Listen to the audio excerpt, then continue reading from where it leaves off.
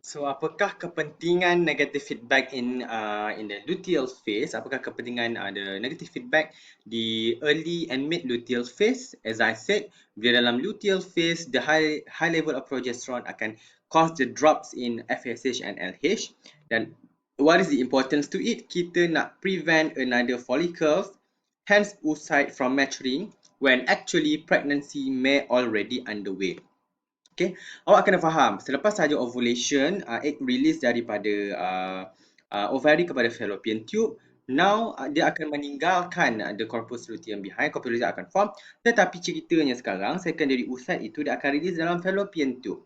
Bila dia release dalam fallopian tube, kalau adanya fertilization, apa yang berlaku adanya fertilization, adanya formation of embryo, akan adanya implantation, akan adanya pregnancy. You bayangkan kalau tengah-tengah pregnant, tiba-tiba another tengah-tengah implantation dan sebagainya, tiba-tiba ada another eggs yang is released. And then ada pula sperm. Kan dah multiple pregnancy itu berlaku. Kalau multiple pregnancy itu berlaku, the ibu akan boleh matilah, senang cerita. Okay, bahasa kasarnya ibunya memang tak mampu nak mengandung terlalu ramai, terlalu banyak eggs. Okay, at one time, terlalu banyak embryo at one time. Tak boleh. So that's why pentingnya drops in FSH and LH as a result of the negative feedback from estrogen and progesterone predominantly, in order to prevent another follicles and oocyte from maturing, in order to prevent multiple pregnancy lah, supaya tidaklah lebih daripada satu pregnancy itu akan berlaku. Okay, since why? Because FSH and LH are both important for follicle and oocyte maturation. So kita tak nak follicle selepas saja ovulation another follicle mature, develop and mature, tak nak. Sebab kita nak bagi ruang kepada the secondary oocyte yang released from the ovary ke dalam fallopian tube itu untuk dia fertilize dulu and untuk dia, let's say, adanya implantation and adanya pregnancy. Kita tak naklah banyak sangat, tak boleh, sebab ibu tu memang secara sunnatullahnya, lahiriahnya memang tidak mampu untuk menampung lots of pregnancy at one time. Mampus mak tu. Okay, ni adalah dia punya importance. So eventually bila kita dah habis dekat early and mid luteal phase, you boleh nampak akan adanya formation and maintenance of corpus luteum hasil daripada LH tadi. But then again, semakin bertambah hari, sekiranya tidak ada pregnancy.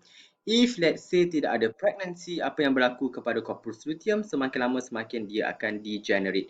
Dia akan semakin die, semakin matilah. The cell of the corpus luteum akan semakin mati.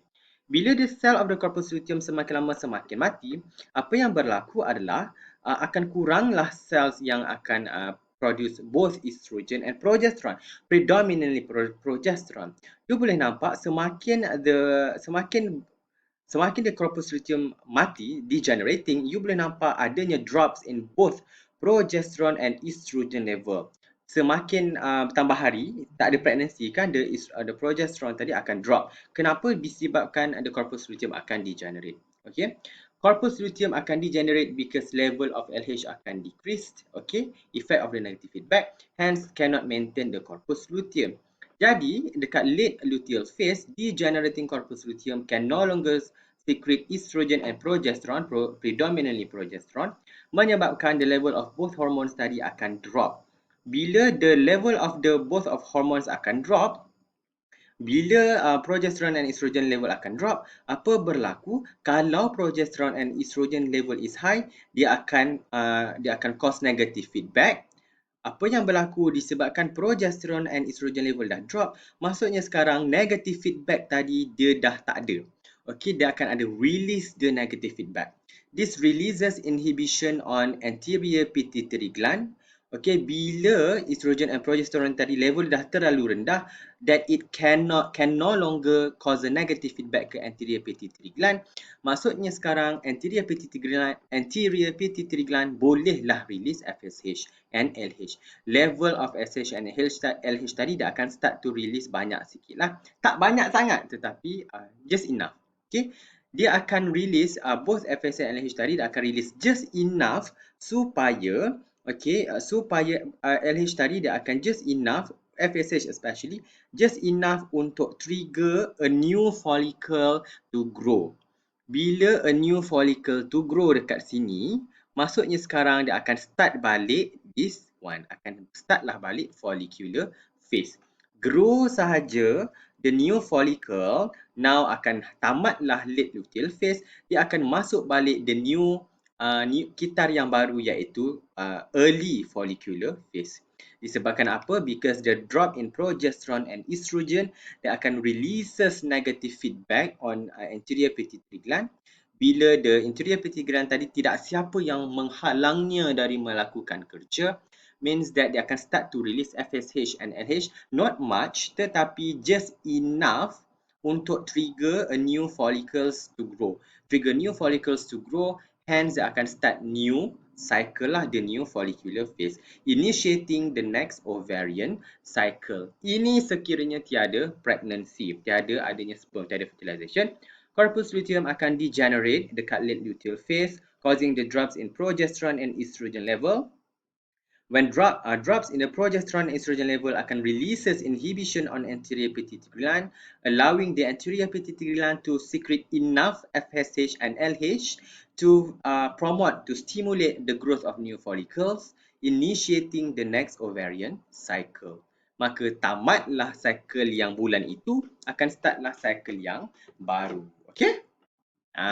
Gitu. So in the late luteal phase, as you can see, the corpus luteum starts to degenerate. Bila corpus luteum starts to degenerate, maksudnya sekarang adanya sharp decline, adanya decline of progesterone and estrogen.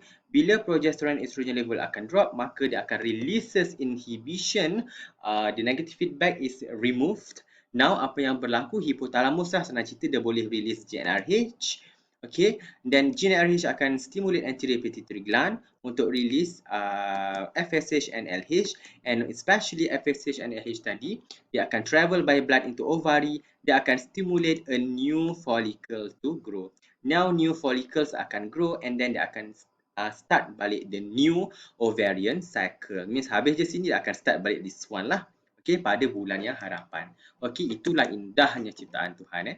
Sharp decline progesterone and estrogen, then dia akan start secrete enough FSH to start the next ovarian cycle. Okay, itu adalah late luteal phase. Okay, dan as I said, whatever happens daripada brain dia akan pass kepada ovary. Ovary akan adanya follicular development, follicular corpus luteum formation and degeneration. Dia akan release this ovarian hormone. This one adalah progesterone and estrogen.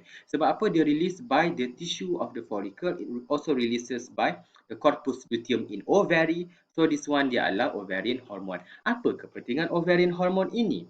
Kepentingan dia adalah this ovarian hormone akan dia akan affect the second female reproductive cycle, iaitu menstrual cycle. Ini Markley yang cute ni cakap. That's ovarian cycle that happens in ovary.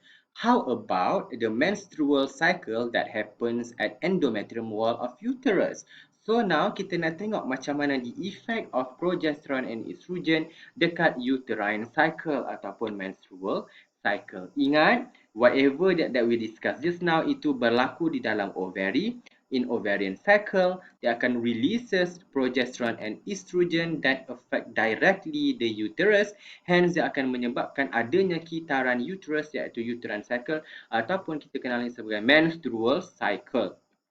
Macam mana the progesterone estrogen akan affect the uterus? Dia akan affect the tissue on the uterus, dekat the lining of the uterus yang dipanggil endometrium. Endometrium adalah specialized epithelial tissue with blood vessels. So kita akan tengok later lah.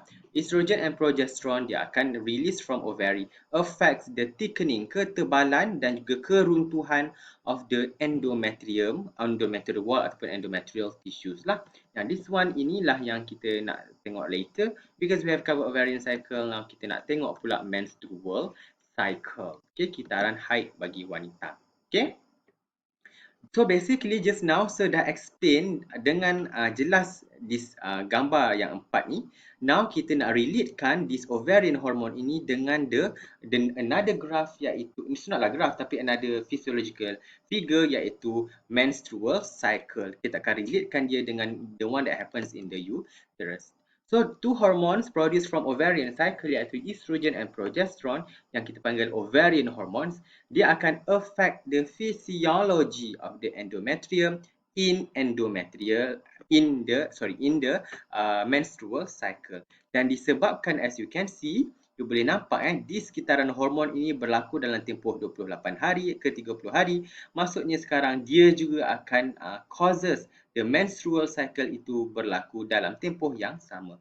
That's why this process actually kita baca macam ni. We baca satu part, then we baca satu part and then kita relate terus dengan the another cycle. Sebab ia berlaku ikut hari, pada hari ke-5 contoh, pada hari ke-14 contoh, pada hari ke-28 contoh. Okay? So, untuk the next female reproductive cycle, dia akan melibatkan 3 phases juga. Cuma dia tak sama dengan ovarian cycle. Tidak, dia lain sikit. Okay?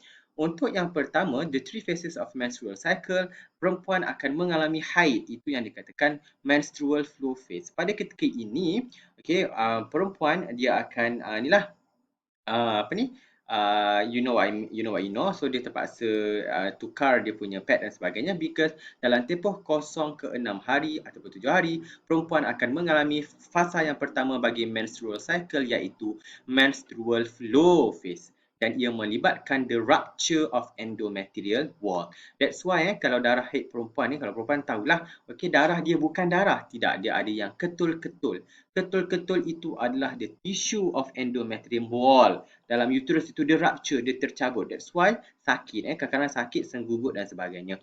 Okay, disebabkan this one, dia rupture memang actually blood vessel awak tu terputus-putus. So that's why awak rasa sakit. Okay, ini adalah kelebihan perempuan memang hebat. Memang bertabah lah, kalau lelaki ni memang tak larat lah. Okay, itu berlaku pada hari ke-0 sampai ke-5 lah. Sebagai contoh, kita ambil ni hari ke-5. Pada hari ke-5, perempuan akan stop dia punya period. Bila stop saja period, means that the endometrium tu is no longer rupture, tetapi dia start untuk memulih. It starts to heal.